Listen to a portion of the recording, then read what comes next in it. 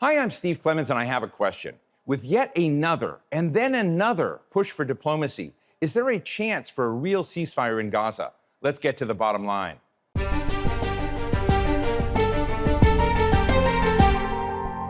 Diplomacy is back on the table after months of stalemate in Israel's war in Gaza. The situation on the ground gets worse, much worse, for the millions of Palestinians stuck there with no place to go and no place that's safe and just no end in sight.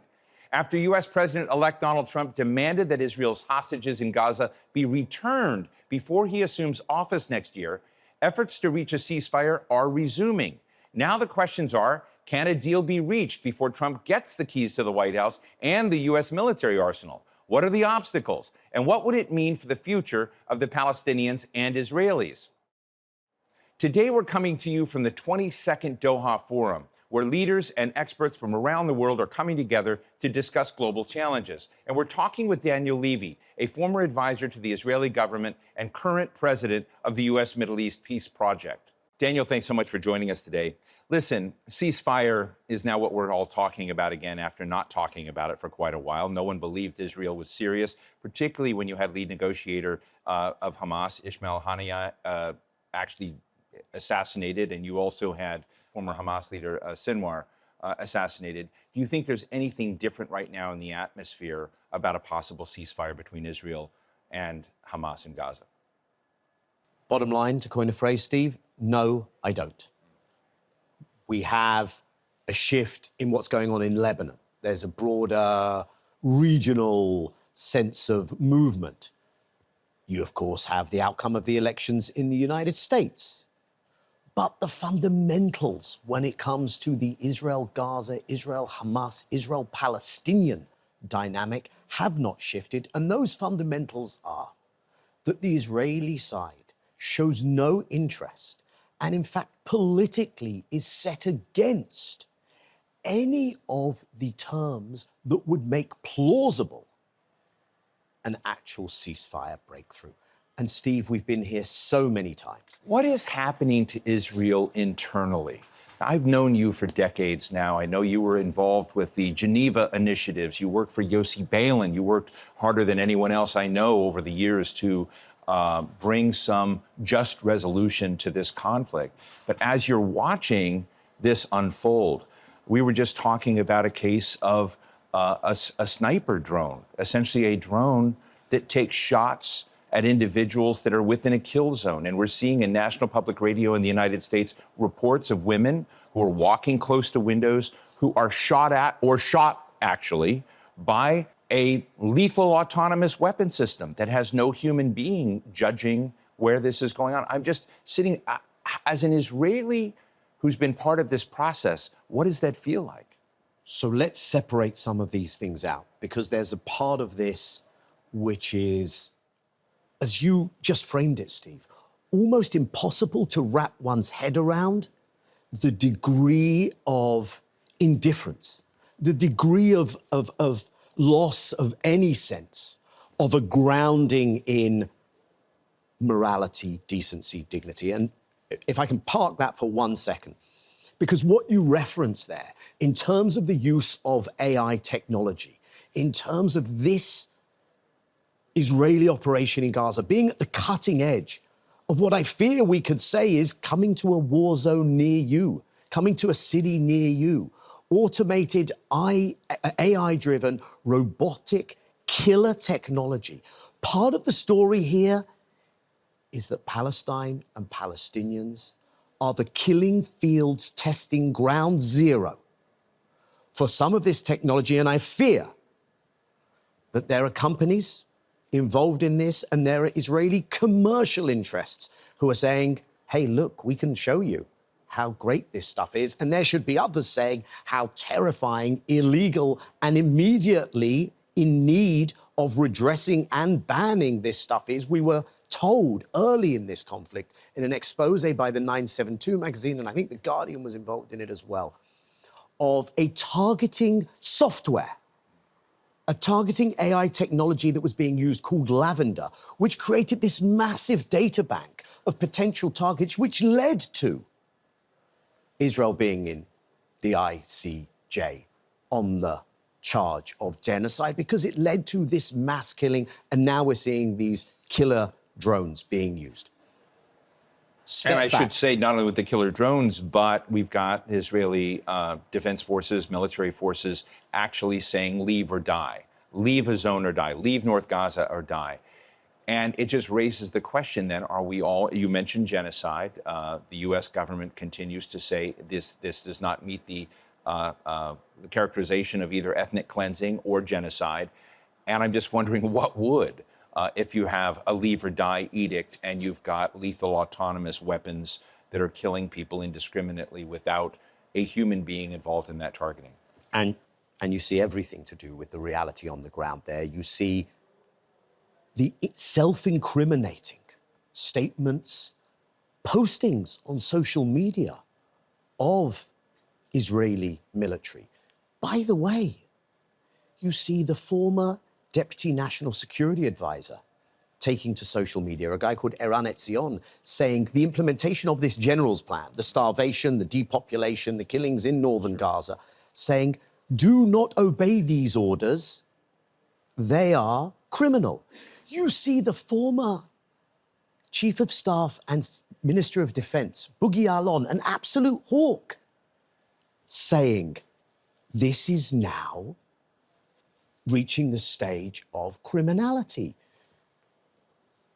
You see an Israel that doesn't want to know the truth. You see an Israeli media mobilized to incite its own public in many instances, to support for crimes. There's an Israeli channel close to the government, Channel 14.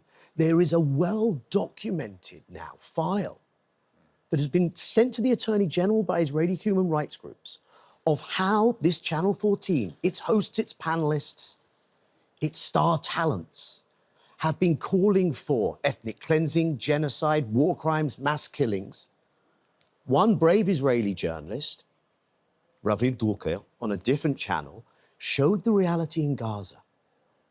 He was castigated. He was attacked from all angles. You're ruining things. You're preventing our victory. So there are a lot of things going on here, Steve. One of them is when you dehumanize a people for long enough, which is, unfortunately, the Israeli reality vis-a-vis the Palestinians. When you build walls, and therefore you don't have that eye contact so people aren't seen as human. And crucially, Steve, when you are given carte blanche to do so, when you are treated by your allies and by the most powerful states in the world with impunity, so you can get away with it, this is where it leads you. But I do want to say this. There are, and I've just quoted a couple, there are some in Israel who perhaps are not going to win any awards for their efforts to rehumanize Palestinians. But at some visceral level, they realize that something isn't going right here. They realize that a social contract internally has been broken when you no longer give a damn about the Israelis being held. They realize that you're not actually going to get total victory, that you're not going to get security if you do this to Palestinians, because all you're doing is generating more anger, more recruitment, more inability of Israel to be accepted by the region it lives in. That doesn't translate yet into a kind of alternative politics that's not supremacists, that's not apartheid that I would like to see. Right. But things are not going swimmingly. Well, one of the changes in the political topography right now has been the election of Donald Trump in the White House. And he did tweet out that there will be all hell to pay if the hostages are not released. And in some senses, I think Israeli Prime Minister Netanyahu got what he wanted. He wanted to see the Biden-Kamala Harris ticket go down and wanted to possibly see Donald Trump come into office. Don't you think at some level, though you've rejected the notion of a ceasefire, that Netanyahu has to flirt with a ceasefire because Donald Trump wants that? Is there a political dimension there that opens an unexpected door?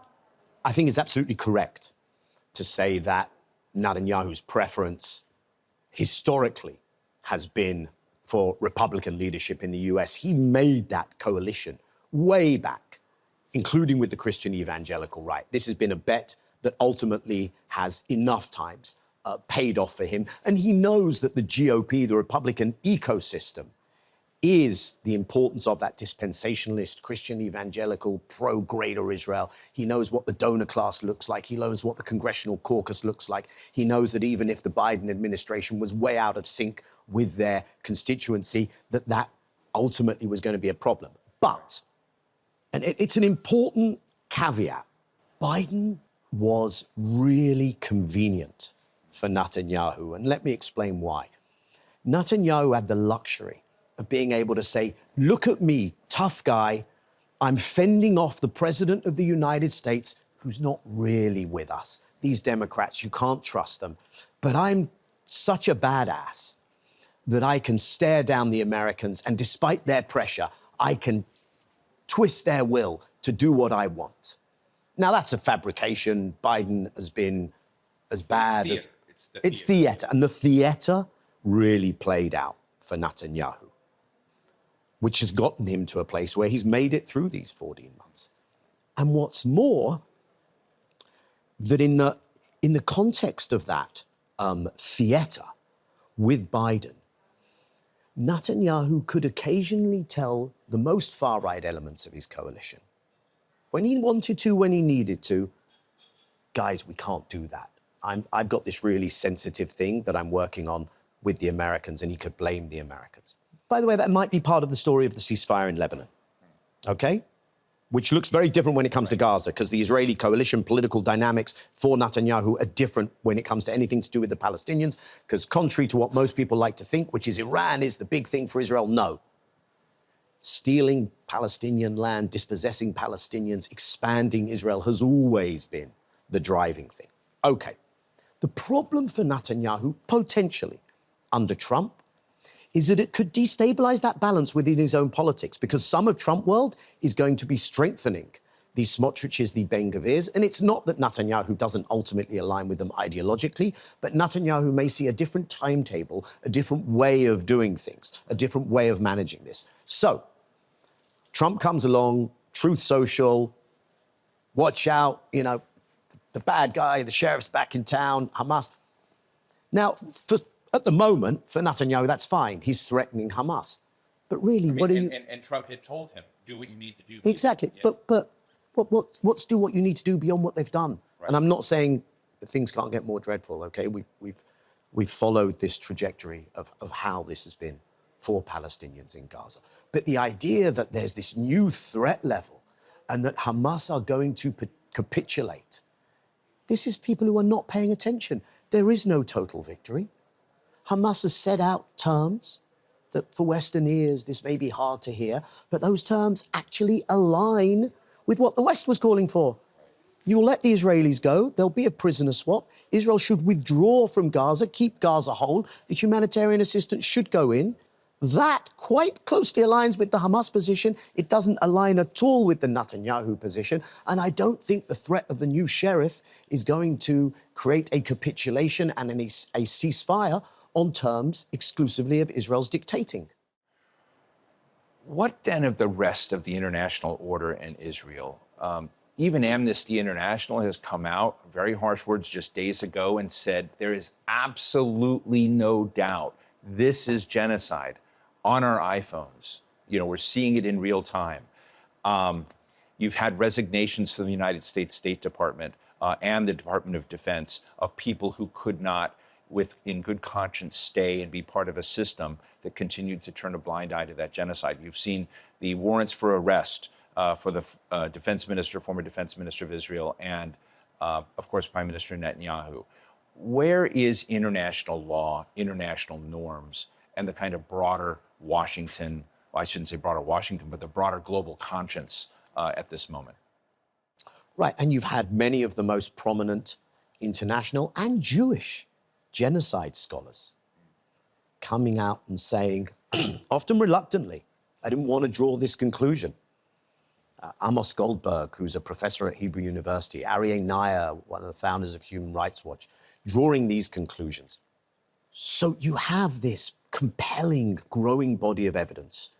You have the International Court of Justice ruling on provisional measures. It hasn't made its final designation. But international law, of course, does not self-implement. What it does is it creates an environment in which we all operate. And I think this is the crucial thing, Steve. What the West, with its claim to be the upholder of a rules-based system of international law and of an architecture, which is a fragile architecture, what the West has decided, apparently, is that creating an exception around Israel's behavior is worth taking an axe to all of those other things, undoing that ability to make... What a price. Creating this permissive environment. And I think we will all live to regret the price of that. But, and this is absolutely crucial, it's a world where the geopolitics are shifting. It is not a world of American unipolar predominance and preeminence. It is a world where Europe is slipping greatly. It is a world where mid-level powers, as well as China, India, and others, have a say. And increasingly, from important quarters of the global South, part of what they're saying is, we can't go along with an order that cannot be pursued across the board. We are going to challenge you in certain ways. South Africa will go to the ICJ. A number of countries have followed that up. A number of countries are calling for Israel's expulsion from the UN, for an arms export ban, for a sports ban. We see the public in Europe saying, no, no, no. Don't tell us this is pogroms, this is anti-Semitism. If the footballing authorities aren't going to kick Israel out for its criminality, then when their fans come and chant their genocidal slogans, we will not let that pass. This is not going to be normal sport. So you see all of this happening. And I think the question, therefore, becomes, what is the tipping point? And many people may look at it and say, look, Daniel, 14 months in, everything we've seen, ignoring these court rulings, now with the administration we're going to have in the US, and with many Western countries doubling down and saying, nothing to see here, anyone who has a problem with this is apparently has an anti-Semitic animus. No. And Jewish communities need to stand up to this as well, because it is very bad news for everyone, including Jews. I would say, no, it doesn't mean that there's no tipping point. We're not there yet. We have more work to do. We've got to create the conditions in which a combination of refusal to accept this in the West and global South states pushing back creates that tipping point. But I think it's achievable. So it raises a question, what you're saying, about Palestinian justice and some dream, maybe fantasy, of autonomy one day, about what happens when Trump comes into office in the United States and turns back to Saudi Arabia, turns back to the Abraham Accords and this normalization process that they helped launch very vigorously with Israel, whether or not there's a point at which Palestine just drops off the required list page for normalization. Does Palestine get betrayed by Arab states? Again, you have to put the word again at the end of that sentence, because this is a rich and troubling history. But let's look at it through that lens, because we had those normalization accords. And months after those normalization accords, you had one of the most important events, the Palestinian Unity Intifada in May 2021. And 2 years later, you have October 7th. And here we are at the end of 2024. So have the normalization accords pushed Palestine off the agenda? I don't think so. No, I can't speak for Saudi intentions. I think the reality that exists today is not a simple reality for any leader in Saudi Arabia to say, it's fine, we can forget about all of that, let's move forward. That will be their decision to make. Whatever way that decision goes, is it therefore going to translate into the Palestinians being willing to accept, to formalize a system that is already apartheid. What it doesn't have is the formal Palestinian national movement imprimatur, that we will happily run your Bantustans. Thank you, master. We have a very weak, a very discredited, a very unrepresentative Palestinian political authority at the moment. But can it do that to its people? Will it survive if it does that to its people? I doubt it. And therefore, what the reality is that the Palestinians are still there, living in desperate inequality, living under an apartheid regime, living in a reality where partition is driving towards this Bantustan. And I think we have to reimagine, not in a Pollyannish, naive way, but the reality that, and this is important, the reality that Israeli Jews aren't going anywhere, that Palestinians aren't going anywhere, that Palestinians living without rights is not a recipe for anyone's security. And therefore, it is going to be addressed. I hope it can be addressed without the blood and horror of the last year. But I think it will ultimately be addressed in a way where Palestinian rights are restored, a regime of ethnic supremacy is removed, and under those conditions, Israeli Jews may actually live in peace because Palestinians are living with their rights and their dignity and their peace. I'm going to ask this question carefully because I've always seen you as realistic on this crisis, but hopeful and having a vision, and you've been consistent with that over the years. Just finally, if you were to be surprisingly called by people who had responsibility for this portfolio, what would you advise them in this moment? I actually think the direction they will take things in is a direction which may feel like a sugar rush initially to Israelis, but when they think longer and harder about it, the US is surrounded by Canadians, Mexicans, and fish. Right. Israel is surrounded by a Middle East that is finding it ever more difficult to absorb and cannot absorb if the Palestinians are going to be kept in this state of perpetual insecurity, dispossession, and everything else that we've seen. And Israel does not have endless supplies of reservists. It doesn't have an economy that can sustain this kind of war footing. It doesn't have a resistance economy. So I think real Israeli vulnerabilities have been exposed that I hope lead to a change of mind. Well, Daniel Levy, president of the U.S. Middle East Project, thank you for your candor and thank you for being with us today at the Doha Forum. Great to be with you, Steve, as ever. Thank you. So what's the bottom line? There's a theory in political science called the madman theory, basically where a powerful leader acts so unpredictably and so irrationally that his behavior encourages rivals and even allies to just get out of the way.